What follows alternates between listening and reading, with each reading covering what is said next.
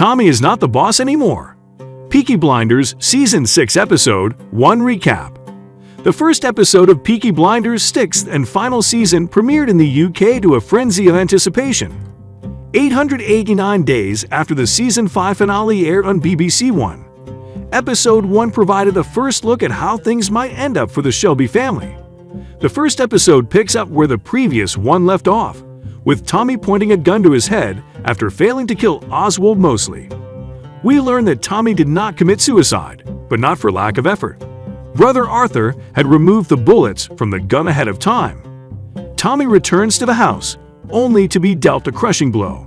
It was the IRA who had thwarted his plans. They also killed two of his people, one of whom was Polly. If Polly was one of your 3 favorite characters, give this video a thumbs up. Helen McCrory's untimely death during Season 6 filming put the show in an unfortunate situation, but it handled it gracefully. The episode was dedicated to her. She was given a heartfelt and poignantly handled tribute to boot.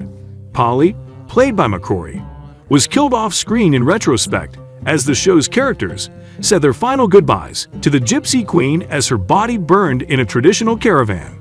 The scene was both cinematic and heartfelt.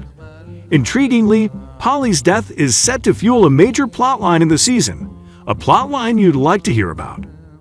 Polly's tragic death appears to be a catalyst for Tommy to get his act together, as the show jumps forward 4 years to 1933, and we learn that he has become sober.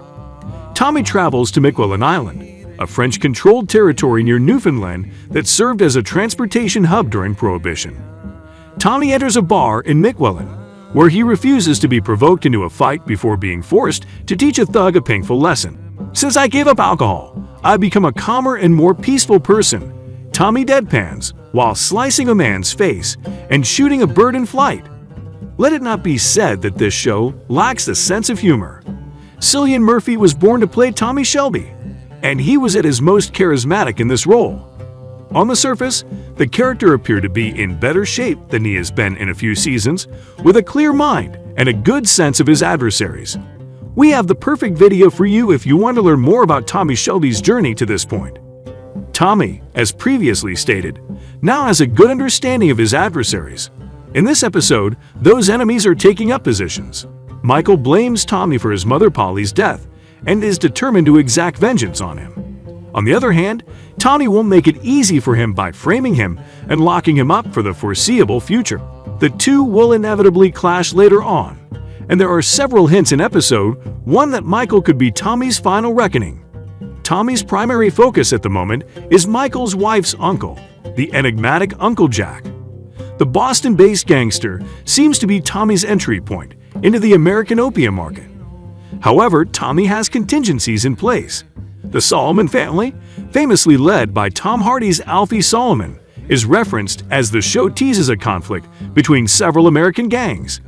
Tommy has problems at home that he must deal with. Chief among these issues, Arthur has reverted to his old ways and appears addicted to opium. Though there is little mention of Oswald Mosley in the season opener, there is confirmation that actor Sam Claflin will reprise his role. Shelby's most formidable opponent to date was Mosley.